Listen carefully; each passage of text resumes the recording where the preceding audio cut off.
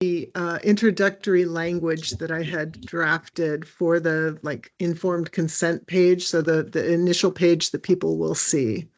And I don't know if you all had a chance to review either of those things yet. Okay, then I'm going to suggest, just in the interests of time, we're going to we're going to present the full survey on Monday to the council. I think it's really important for this committee to go through the language of the survey and just kind of make sure that it looks good, but I'm not sure that doing that, I'm not sure if you'd prefer to do that as a group or if you want to do that individually and make comments in the documents. I mean, it's 105 questions. We could get through quite a bit of it today, I think. I know.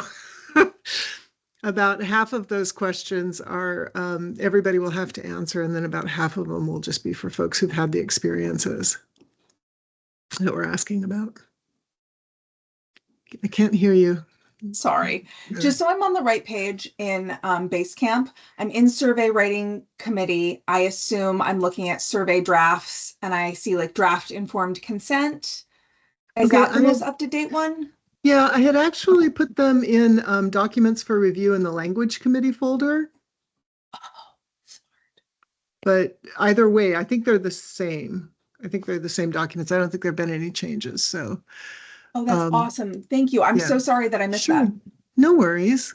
There's a, oh my gosh, if we are just we're all gonna give each other so much grace right now. Yeah. I just, just to acknowledge that I just cannot even imagine what you all are dealing with and what the people you're working with are dealing with. It's just, yeah. It's a wild time. Yeah. It's a wild time. I can't imagine it's much easier for the education world though. So I feel like we're all in the target zone, Yeah. Yeah. And I'm sure this week folks are scrambling, trying to figure out, can we keep our Gender Resource Center? Can we keep our Multicultural Resource Center? Or do we need to drop those? So it's such a mess. Yeah. Anyhow, so yeah. So okay, I just downloaded both of them. So at least I have that now. Yeah. And is the question, do we want to run through them live right now, or do we want to do it in written form and update the way that we have in the past by uploading a new document? Preference? My preference would be just based on busyness. Honestly, my preference would be to go through as much as we can live and use the time we have now. Yeah. All right. I'm down. Then I'm going to go ahead and let's start with the informed consent. I keep calling it that, even though that's not what it really is. Just because I think that's the one that's had less eyes on it, and that would be most helpful, I think, for me. So I'm going to go ahead and have you all come back, and then I'm going to share screen so we're all looking at the same document, and then as we make edits, I will make notes and I will make edits on the document. So let's see, there we go. Okay. Okay. So this is the idea behind this, is that when you open the survey as a student taking it, this is going to be the first page that you see. Okay. And what I was thinking about as we were doing it is kind of explaining, this is from the state of Oregon. This is not just your institution. Okay. Even though the institutions are administering it, but giving them some background for why we're asking this stuff. And then asking them, and then using this page too as a screening, so that if you're younger than 18, there's a link to exit the page, and you'll exit to every time you exit the document, you're exiting to resources, unless you're doing an emergency exit, in which case you're going to, I don't know, a cat shelter page or something, right? So yeah. So I'm not sure if there's too much background information on the state of Oregon and the Higher Education Coordinating Commission. I'll let you read down to, that's as much as I can show you. Do we know how much control, if at all,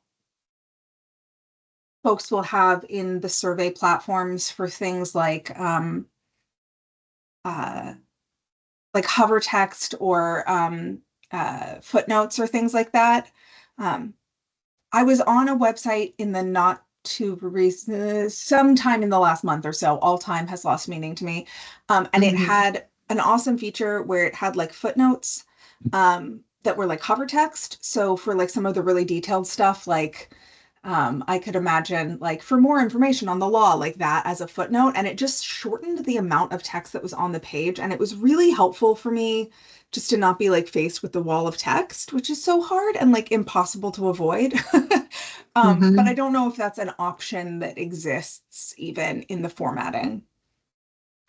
And I don't know either. Yeah. Okay. Yeah, we don't have Qualtrics yet, although I think we're finalizing that. And then the other platform is going to be SurveyMonkey. But yeah, I agree. And especially when we start getting into some of the sections, even having like definitions or just to be clear, what we're asking about is Yeah. this, as hover text would be really helpful. Okay, I'm Yeah. making a note to ask about that. Or maybe something that's at least like collapse expand possible, because I genuinely don't know even if hover text is like accessible for screen readers and stuff like that, but like just Mm, something that helps reduce the like volume of words on the page. mhm.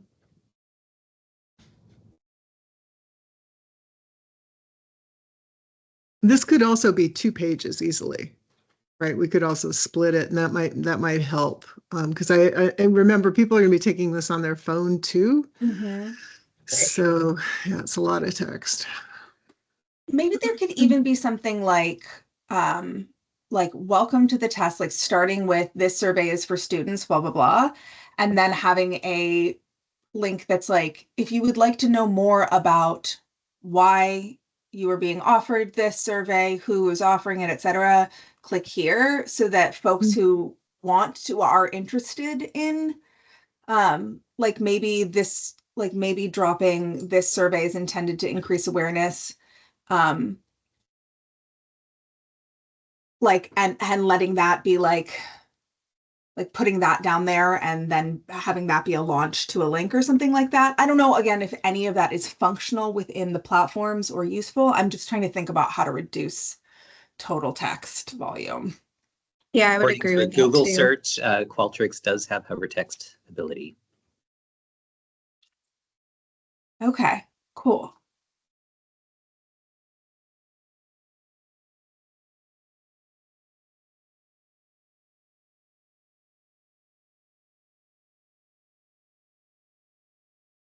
I really like the survey is intended to increase awareness. I feel like keeping that like right in that opening paragraphy thing might be nice. Um, but then with the like sort of launch it to elsewhere thought.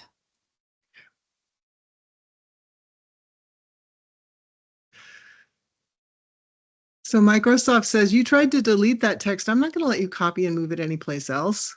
That's so silly.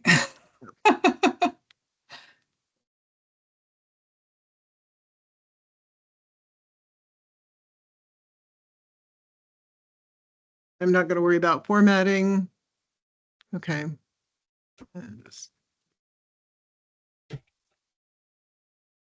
Okay.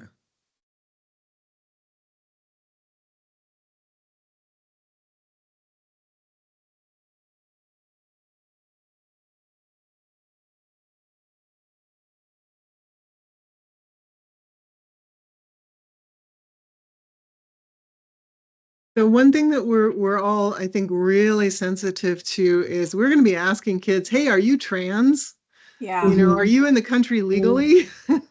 And we, Mhm. as well as asking about, the experiences, right? And it can feel yeah. So we want to try to make it really clear that folks, these are things you're going to be asking about. This is why we're asking about them. Um, I would like to put in something more about how their confidentiality is going to be protected. But I'm not quite sure how to phrase that because I'm not quite sure how their confidentiality is going to be protected. I know with Qualtrics, we can strip IP addresses. I'm not sure we can do that with SurveyMonkey. And the institutions are going to have to set that up on their own. Yeah. And we definitely don't want to offer false confidence. You know what I mean? Like we would have to actually genuinely be sure. Mhm. Yeah, I would think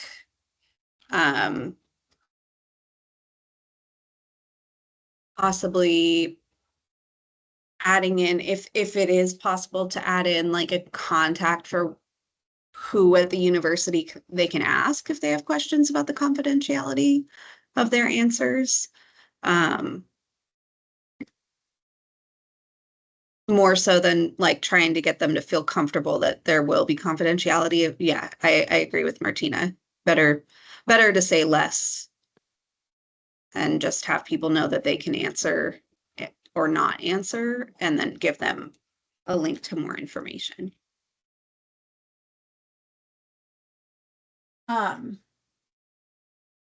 So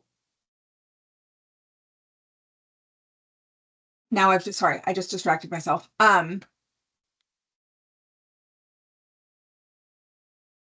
One thing,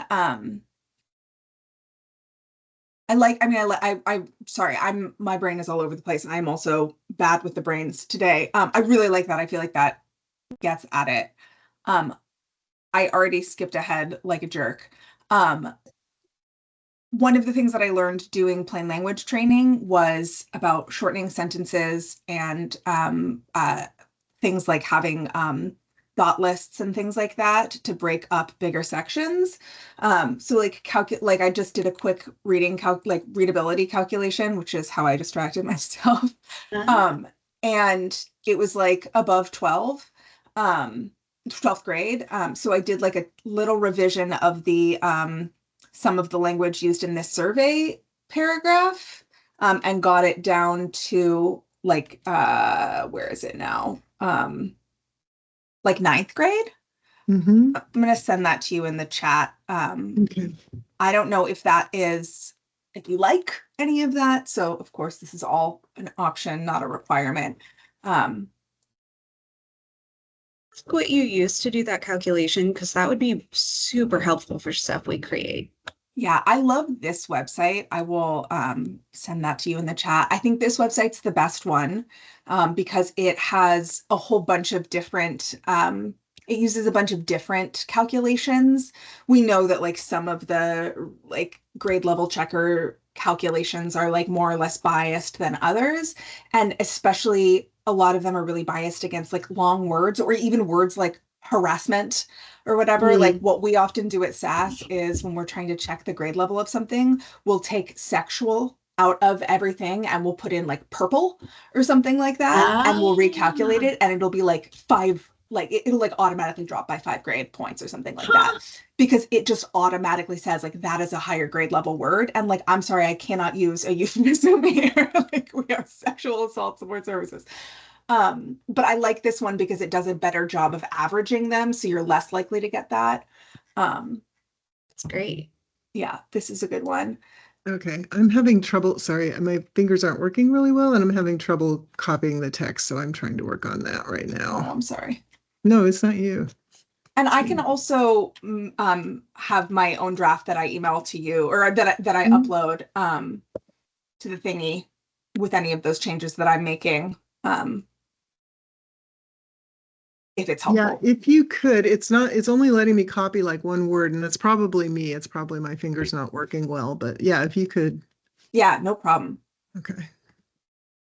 Okay. Great. But I like the language. I like the way you broke it down.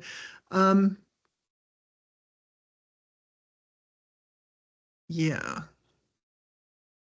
Yeah. I would just take out the only thing is some people may find that I just hate starting sentences with but. But it is important that we ask you the questions. Either just take out that word or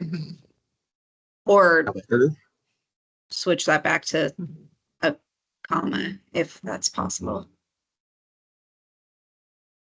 Okay. Martina, I just got it. So let me, you don't worry about it. I think I can do this. Hang on. Okay. However is easiest for you. It is not hard for me. I've got to get more comfortable with doing tracking revisions on Word because we are currently working on like 3 different documents this way, and I am so paranoid about messing it up that I am utilizing some heavy procrastination methods, which is it's not helpful.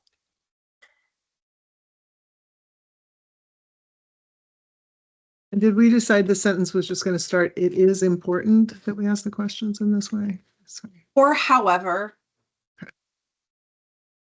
That Mhm. I always struggle Yeah. with this because like my like English professor brain is like, make it pretty. But then the Yeah. plain language training was like, stop being an English professor. Mhm. They were like, Yes, I short always want to have like sentences, 14 commas. right? I'm like, I'll add a semicolon and sub. Mhm. It's just not helpful, Martina. Yeah, it's, it's interesting because I think as in college and, as an English professor, you're taught to write with style. Yeah, And plain language says no style, no Yeah. Right. words, Yeah. meanings only, no it's tough. personality.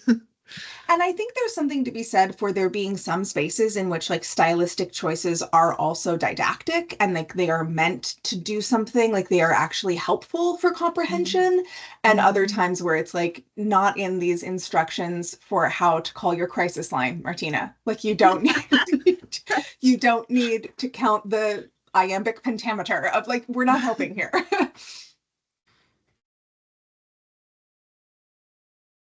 All right.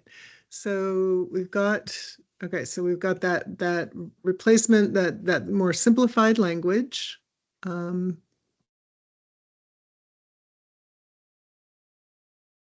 I'm just going to change this to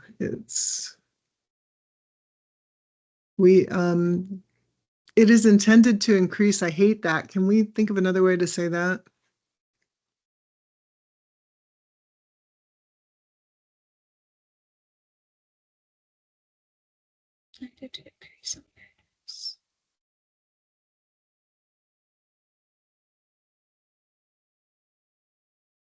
What about, and this might be too soft, but it is intended to support students in accessing resources. Yeah, kind of. I wish that were true. I'm not sure that it is. It is intended to, what is it that's giving you the icky feeling of that sentence? The passive, it is intended to. Ah, got I it, got hate it, that got it. part. So maybe just the purpose of this survey. Okay. I like that better.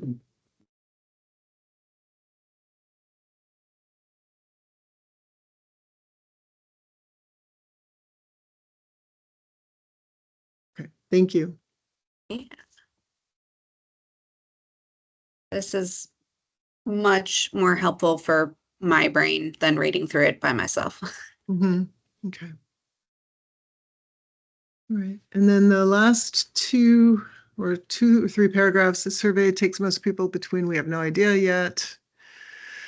The way that these surveys are usually set up is it's not something where you can save it and go back because you have to have a bookmark for that. And that would mean it wouldn't be personal. So we do need to ask people to, that's why we want to let them know it's going to take about this long.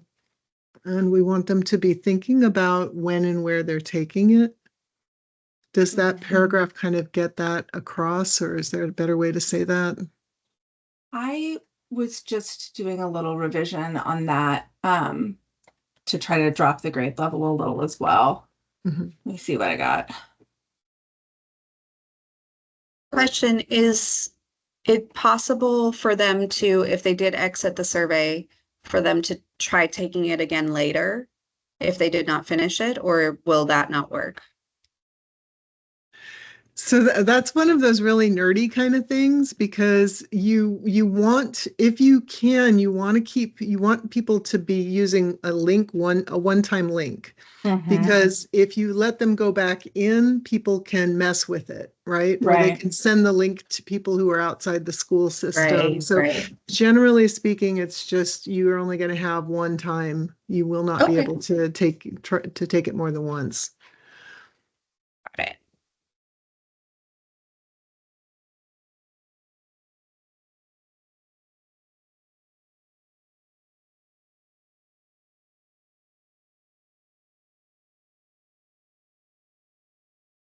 Instead of when you are in a place that feels safe to you, Mm-hmm. I think that's sometimes hard for folks, especially folks with like, I think safe is a hard word for a lot of people. Um, I wonder if it would be easier to say something like when you are in a place, uh, where you are comfortable answering this type of question, or like giving something along the line of like comfort rather than safety, or another synonym rather than safety. I just sent a little revision. I had the same thought as you, and I came up with when you're in a place where you are most comfortable answering questions about these topics. That's, yeah, I think that's good. I also, with this, dropped the again, like did a little bit of just like little revising to make the grade level lower. I also did the same thing with the this survey is intended to. And this is a much more this is a much less formal way of saying that. So you might not like it, but again, like less formal is more readable. So I just sent that as well as an option. Mm. Mm-hmm. The only revision I would have from what you sent, Martina, is to take most out of the last sentence in the first paragraph. Mm-hmm. Just when you are in a place where you are comfortable. Yeah.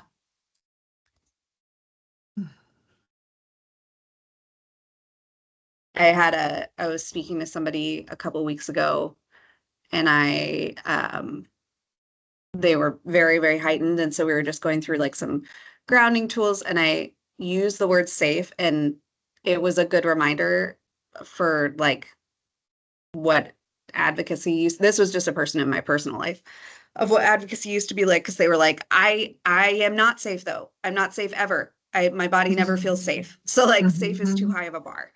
Yeah. And it's like, Agreed. yep, good reminder. Good reminder. Yep. Okay. All right. So I'm gonna go ahead and let's see if I can. I'm gonna change it to simple markup. Okay. So now this is what we've got. Survey is for, okay, and I think, yeah, blah, blah, blah. Two main purposes, increasing awareness, and we'll worry about formatting later. Yeah. Trying to prevent or respond to sexual misconduct.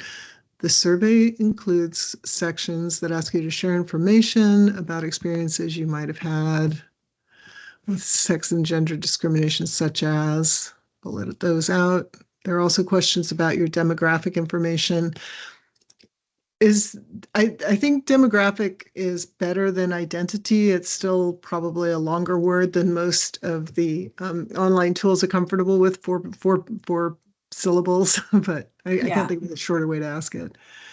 I think it also, like, there's enough of context clues there that I think people would be able, if they didn't know demographic and they saw age, race, sexual orientation, they would be able to understand what it meant. Mm-hmm. Mm-hmm. Is there anything we can do with this will help identify any groups that are particularly vulnerable to sexual misconduct? That's a lot of syllables too. I don't want to say at risk because I hate at risk. You know, that are affected more by, or You know, that's a hard one.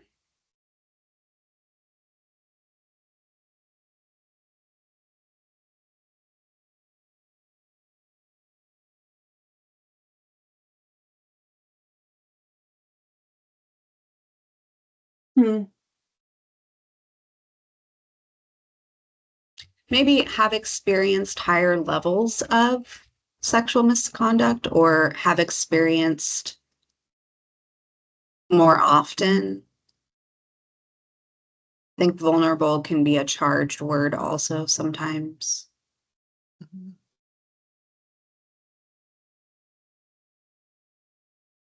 Can we, I mean, what if we said something as simple as the reason we are asking those questions is to help us understand who experiences sexual misconduct? Okay. Like, I really hope that it is going to help us identify groups that are Mhm. particularly vulnerable. I think I feel a little concerned about even using the word vulnerable because I Mhm. don't want people to be like, oh God, what's going to happen to me? Yes. And Yes. then, something like the reason we are asking, I think is a more, again, like lower grade level, easier to understand, simple sentence, right? Mhm. So I didn't see, so what I did was I suggested maybe groups that have more experiences of sexual misconduct. And then Martina, you put to understand who experiences sexual misconduct. Yeah, so very simplified. I Mhm. sent that in the chat too. Mhm.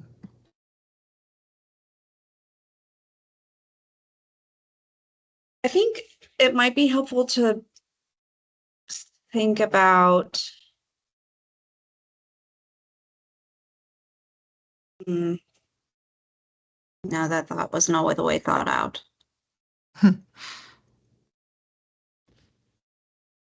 I also have a hard time with who experiences sexual misconduct too, a little bit, only because we know that everybody does, Yeah, right? Right. Like, right. I just don't want people to feel, I want people to feel like they're answering the questions for a reason, but not feel like there is something inherent about their identity that means Mhm. they're going to experience sexual misconduct or means that they have. Yeah, For that's kind people of that why I don't. didn't really, the Yeah. groups that are particularly vulnerable, that the reason for that particular wording is because it's the group that's vulnerable, not the individual. Right. Um, I mean, here, and I'm genuinely asking this as a question. mhm. Do we need to explain that? Or what's the purpose for us explaining that? I could We, imagine that part of that is we don't want them to just be like, why do you need to know how old I am? mhm. Um, and also, Yeah. We're asking a lot of upfront at the beginning of the Mhm. survey. We're asking really detailed questions about, well, we're giving them the opportunity to reply in a very detailed way to their questions about their race and ethnicity and national origin. We have to ask about immigration status. So we're asking about that. We're asking about economic stuff. I mean, Mhm. it's pretty intimate questions. And Okay. I can see them wanting to know why we're Mm-hmm. asking those very, those are in some ways as personal, if not more so, than your experiences of sexual misconduct. And that's why who experiences, yeah, is kind of Mhm. problematic for me. What about the reason we are asking those questions is to help us understand any particular safety concerns specific to people's identity, or help us understand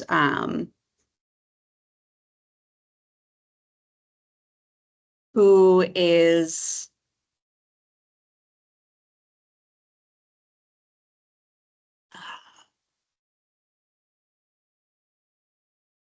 because I get it. You're wanting to say like you are being asked these questions for a reason. But I don't want it to sound predictive. Like Right. there's anything that they could answer that means that they might experience sexual violence in the future if they haven't already. Right. Right.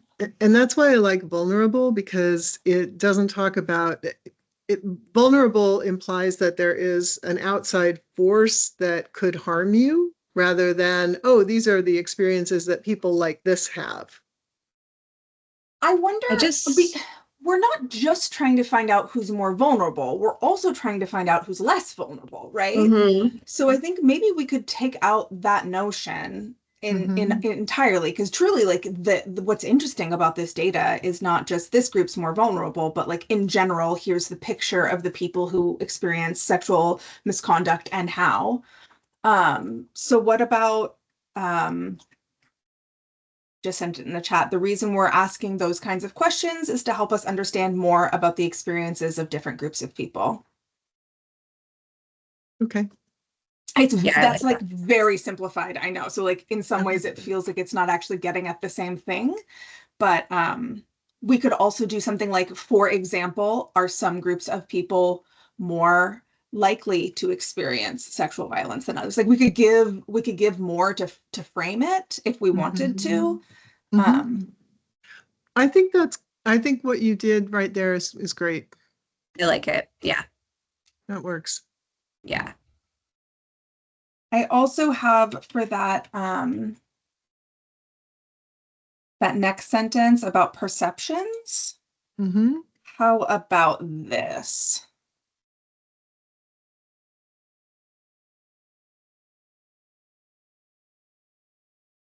Yeah. Okay, sorry, I'm trying to figure out where that would have gone because I just deleted it. Okay, I'll just put it in there after that.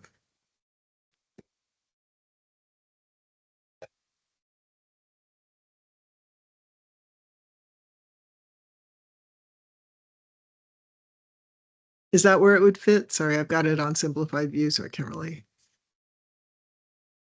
Yes, I think so. I think Okay. that's where you had it originally. Okay.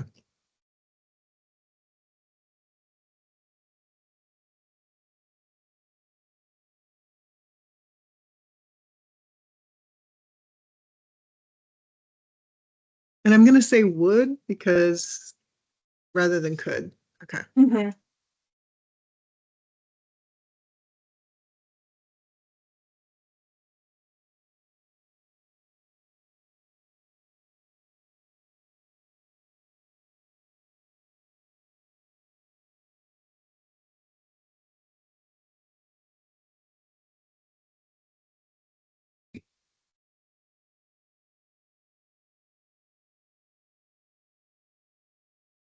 This is, I love working with you all, and I also love really working with the survey writing group has a couple of academic geeks on it.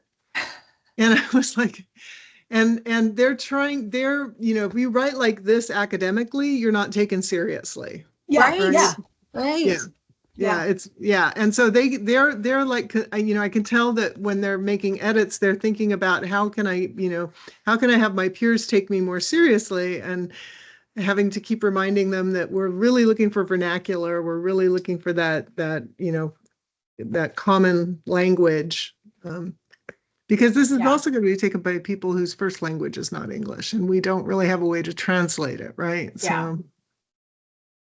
So, Yeah, I got it was like a pretty big debate when I was putting together my dissertation committee, because we brought one person who was on the committee framework. She did international studies. She's amazing. But we really had to be like, from a disability studies perspective, please understand that the language in this dissertation, I will be referencing Foucault, but also I'm going to make it easier to read. And that was like a point of kind of like conflict for a while. mhm. Mhm. I'm also thinking of that next sentence there that I know we already revised a little bit, like the sum of the Mhm. language. And I was just thinking about explicit as a word that I wonder if people will know. And I wonder if we might want to put a synonym that's a little more common, like explicit or graphic. I like I have a little bit of a ugh with the idea of graphic, but I just looked up a thesaurus for explicit, and that's the only one that seems to make sense. Um, Yeah, the kind of language that we're using, I think I don't want to scare people because Yeah. we're actually being really careful, right? There's one section where we use the words penis and anus and genital area, I think.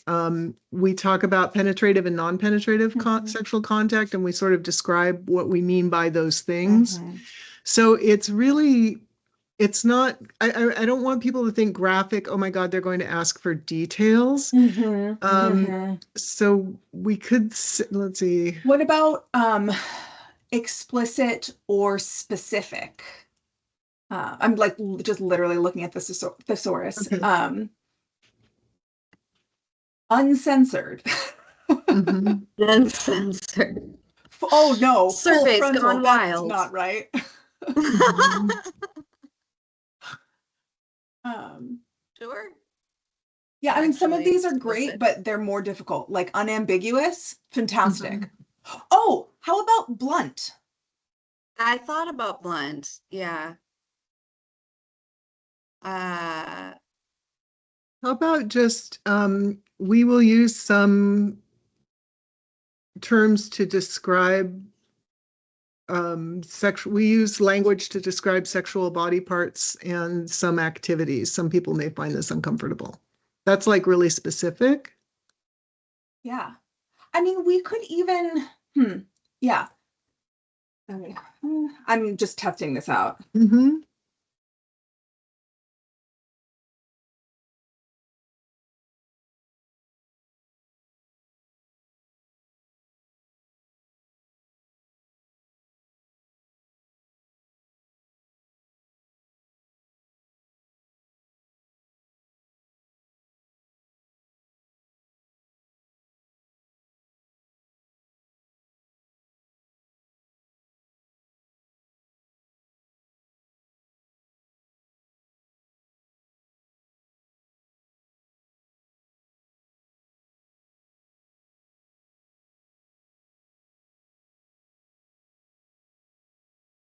what about some of the language used in this survey is specific to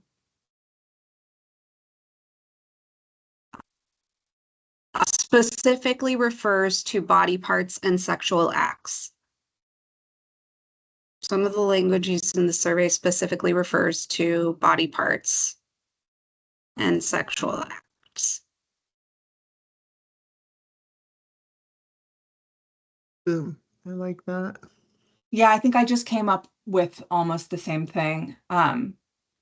I would also say maybe putting this survey uses language that some people may be uncomfortable with first, Mm-hmm. might help.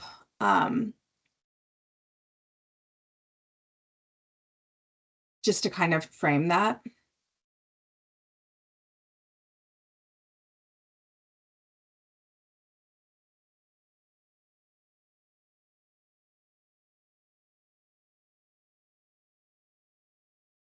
Sorry. And then I would take out like refers to, because I think that's complicated as well, and just like we will use words for.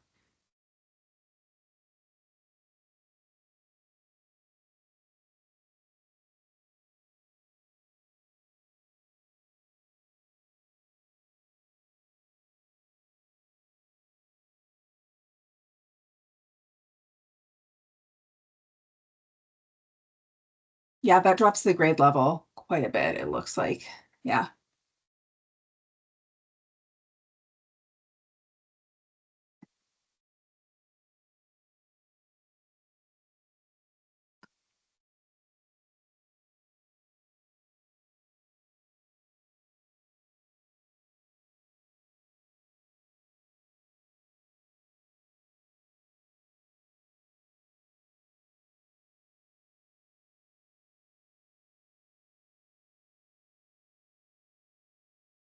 Yeah, I like that because then we have body parts and sexual acts linked really directly to it's important that we ask the questions this way, not it's important that we ask the questions in a way that make you uncomfortable, but it's important that we ask the questions in a way that is very specific. Mhm.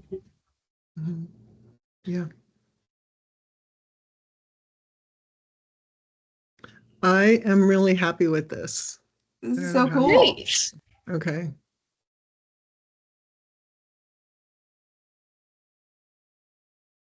So what I will do is I will go through this and I will accept all the changes and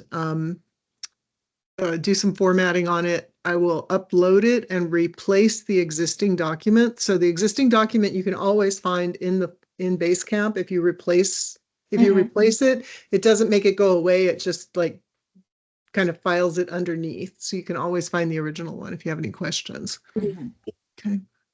All right.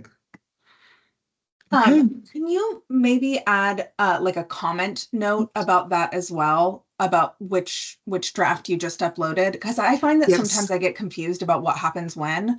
So I'll be like, wait, which day did we, what day did we make? Yeah. Yeah, Me I'll also put up at the top, it says draft informed consent. I'll put draft informed consent 2/19/25 committee. And then when you upload, if you make any other changes, you would just change it to 2/21/25 MS or JC or whatever. Okay. I just noticed something, and tell me if there's a reason we're not doing this. Okay. It looks like in the comments, in the comment function, it looks like you can attach a document there. Is there any benefit to attaching the document there rather than replacing? Yes, if you replace it, then everybody's working on the same document. If you Let's just do it that attach it as a comment, then you get multiple iterations. And I'm doing my darndest to keep everybody working on the same document. Yeah, No, I've that's only so used hard. Google Docs. I know. It's hard with 3 of us that are working on Yeah. a document right now. Like not the 3 of us here, but the 3 of us in my workspace. I can't imagine what it's like for the survey writing group to Mhm. have like so many. Yeah, Mhm. that's hard to keep track of. Yeah. Okay. Okay. Maybe we could take a look at just the opening language on the survey. Let me find that. Or let me just kind of run through it with you and show you how it's structured because it's a little confusing. And then I don't know that we'll have time to review it, but at least we can get that sorted. Okay. So Mm. real quick question. Are we able to use all of the language, the Real Soji language, because this is a state project? Like there's no federal oversight for this, right? Yeah. Except for Title IX. Yeah, we're able to use it because they said we can. And we made some changes to it and they said that would be okay too. So let me start at the top and then we'll come back down. So just to let you know, this is how this is written is not the way that participants are going to see it. It's just really hard to do like branching options in a two-dimensional paper form, right? Every page is going to have an exit button that's, for leaving the survey right now, leave this and you're going to get taken to a neutral web page, and a, exit, get help now resources button will take you to the resources. You'll still be exiting the survey. Okay.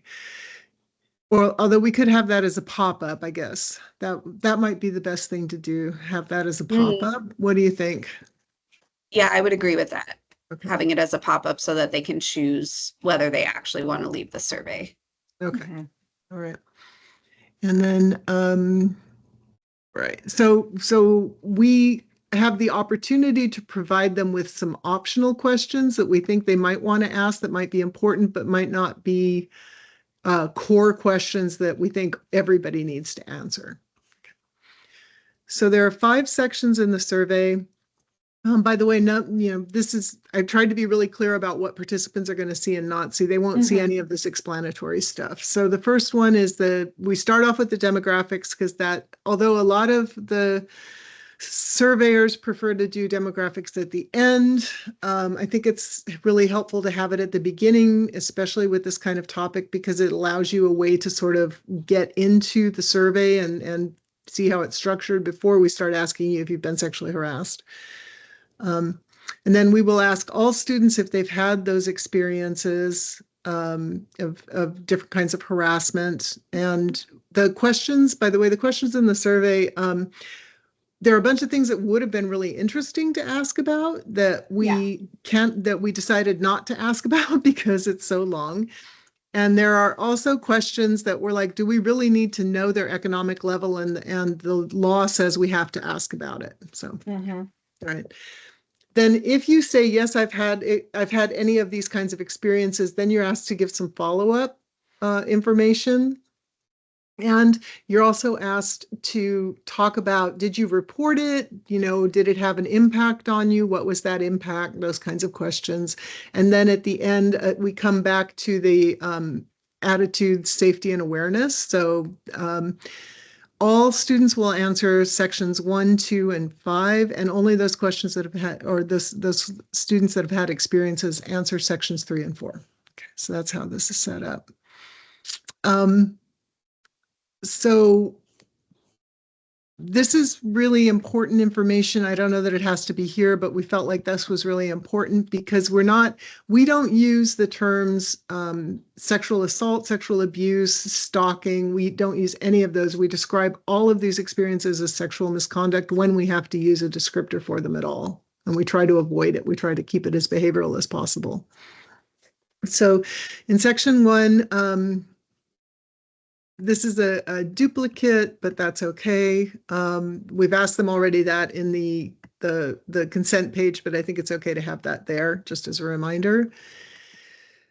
We're going to ask, how old are they? Are they enrolled full-time or part-time? And then they decided that they wanted optional questions about your class standing, because that doesn't apply to everybody, right? That could be some places use freshmen, some places use first year. If you're a community college student, it might not even be relevant. Sorry, Jenna, I think I'm seeing your hand up. I forgot there was a raise hand function. Just as someone that went to college when I was 17, is there can there be like like a link of like, why can't I take this survey? Because I can imagine if I went and I was like, ooh, I've experienced these things. And then I got to the survey and I was like, I want to share about my experience. And then it said, you can't take this if you're not 18. I would want to know why. Is there a way that we could just like have a quick link of like, here are still some resources if you want them, or this is why this survey is only for 18 and over?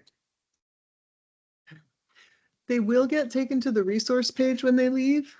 Great. Yeah. The reason, and really the only reason is that colleges are extremely worried that they're going to get in trouble with the state for not, because they're all mandated reporters. Everybody who works at a college or a university is a mandated reporter. And so if they feel like this is one place where they might want to go digging around and try to figure out who that was that said that thing. Oh, that totally makes sense why they can't fill it out. I'm just thinking it could be just helpful. And maybe that's just me. Maybe that's just me with my own personal experience, but I feel like it could be helpful just to be like, we want to protect the information of people under the age of 18. Here's some resources, you know? Okay. All right. So I made a note in there. Can we explain why? And then going down here. All right, so these are the real DSOG questions. So we did change some of the language. So we've got, just to let you know what we did, how do you identify your race, ethnicity, blah, blah, blah. We're not sure that we think that's really, we're not sure that we think that's necessary because we ask about it below as well. So I don't know if you all have a preference or not. That's it. That question is asked in real DSOG. It does seem a little bit repetitive. Yeah. And then especially since there's enter details, like you said. Yeah. So I'm gonna just not to backtrack, but while we were thinking through, I was playing around a little bit with the language of we understand that people have different ways of thinking chunk, which is so important. But the readability was tough. Here's an alternate option that I'm sending through. Again, not just a suggestion.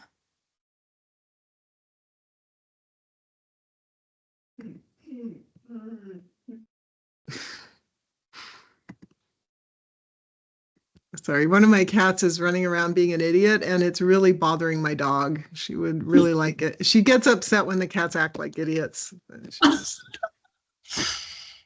I know, they're being idiots. I'm sorry. She just came over and bopped me with her nose. You're seeing this, aren't you? Yes, I'm seeing this. Thank you. They're amazing. I love this so much. The dog is like, please intervene, mother. I Yes. know. I think of it as her German Shepherd side. She's like, It's just there like, are I just want rules. to, I want darn them it." to be in control. To whom must I put my complaint into? Exactly. This is untoward. We are not allowing this. Okay. I like that. The only Okay. the only thought I have is about the word opinions. Mhm, You could just say you might have different words mhm. that you use to describe Yeah. those experiences. Love that. Yeah. Yeah. You might have different words to describe those experiences. I think that's great.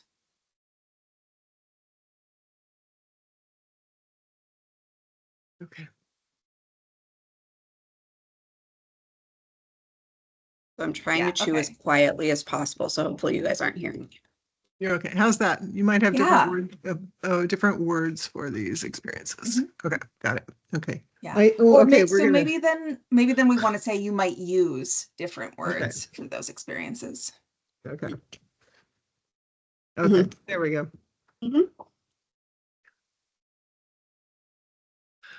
Cool. Okay. I love that you guys thought of including that.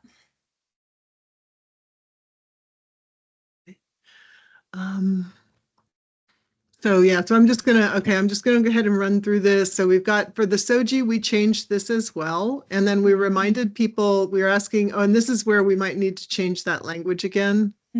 Because we ask about because they can affect how vulnerable a person is to sexual misconduct. I'm gonna highlight that. Yeah. Yeah, that's so hard. And we're not using like perpetrator language either. Nope. Because like my immediate thought is just flip it around, right?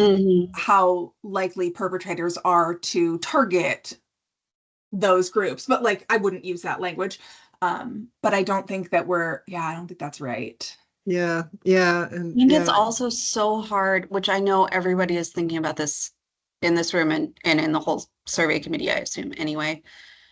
But like, yeah, in this category, like trans kids are going to be having a devil of a time anyway, right? Yeah. So I just don't want to scare people. Yeah. Again, I More kind than of they are wonder already if we've given that disclaimer up front, if we need to have the disclaimer at everyone. Mhm. We kind of did that because again, we're asking about, like when we're asking about citizenship, we want to be really clear. Remember, you don't have to answer these questions. We're Yeah. asking them, there's a reason that we're asking them. We're not trying to trap you or anything. Yeah. So yeah, so I put a note to consider modifying and we'll come back. I want to check on time. It's 12:58. And I like the idea of leaving that piece, your answers to all questions to this survey are confidential, anonymous, with the link to find out more information. Okay. I do think you could take out the reiteration of the vulnerability. Okay. Because I think really what people are going to be thinking is like, who's going to know this again? Yeah. Who's going to have this?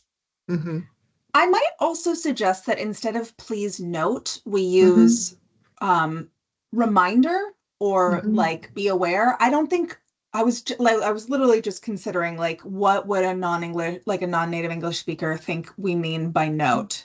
Like note as a verb. Note, like write down. Okay, so just reminder your questions. Okay, I really like that. And I can go through and make that change throughout. I think it's a good one. So, and then if, again, just checking on time, but if you get a chance to go through these, don't worry about the formatting or anything like that. The one question we ask about disability is, do you identify as a person with a disability or chronic condition? And then we ask 3 different questions about economic status. I'm not sure we need all 3 of them, but the committee liked these, so we left them in. And the idea was Pell Grant is a proxy for family income. Mhm. Housing status is really, it matters a lot in terms of vulnerability. And then I'm confident, we felt like this last question, I'm confident that my current financial situation will allow me to stay in school. Haha. We felt like that was the most relevant one. Yeah, Yeah. I think all three of those are great. Yeah. Yeah. And then we asked the one question about, are you currently a US citizen? Yes, no. And then just a few options. And I think we may end up removing the, if not, if no, do you have any of the following? But we are supposed to ask about immigration status, and so we weren't really sure what that meant. So that's why we have those options in there. Hi, I know. Cutie. She's like, alert, they're still doing the nonsense. I know. Well, and I think now she wants to play with the cat because he's really being an idiot. He's like literally rolling around, sticking his head out of a little house, and so she would like to play with him, and she knows she's not allowed to. So Oh, yeah. She's like, I got to direct this energy somewhere. yeah, Honestly, I understand. yeah. Yep. Yeah. Okay, so then just so you know, I'm going to go ahead and I'll get you out of this. But most of I wanted to just show you how this is set up. We are asking about, we were very careful in the using uncomfortable, intimidated, offended, unsafe, or unwelcome. And there were reasons that we chose all of those verbs. And we talked a lot about it, but we felt like those were really important, or adjectives or whatever they are, those words.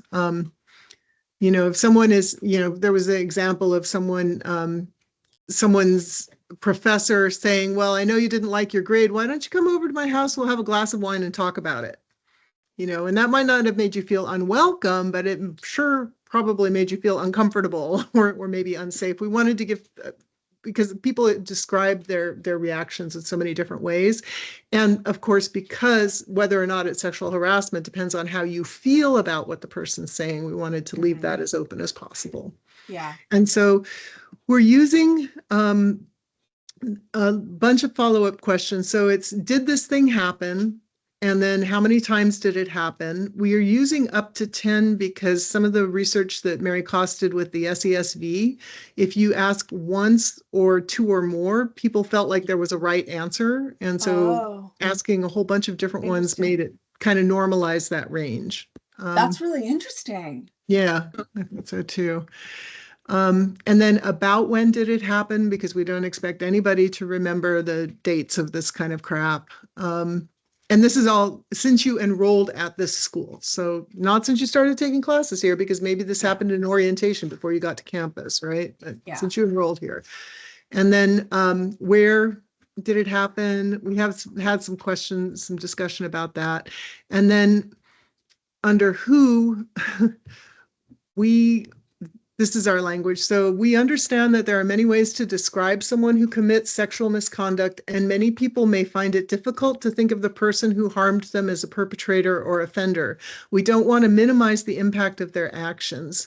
To ensure that as many people as possible can answer the following questions, we use the phrase person who harmed you or made you uncomfortable. Yeah. I know Martina's language thing might pick some stuff up, but Yeah. I like the wording. I'll tinker with some of those just to see if I can drop the grade level. It honestly might be as simple as just making the sentences shorter. Yeah. More short sentences rather than fewer long sentences. But I think this is really good.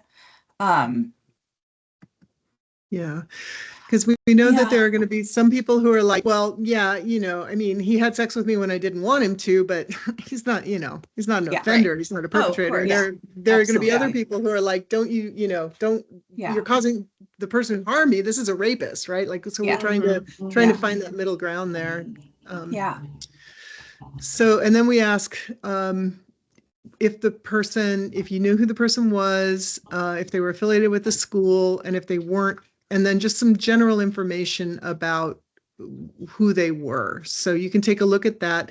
And then all of the questions have these options set up in this way. So the next questions about sexual harassment, gender-based harassment, so because we recognize how complicated those lists are, the best that we could, and we need to ask those questions, the best that we could come up with was to make them standard so that after you read through them once, you don't really have to read through all of them again. You kind of know that they're all going to look pretty much the same all the way through the survey.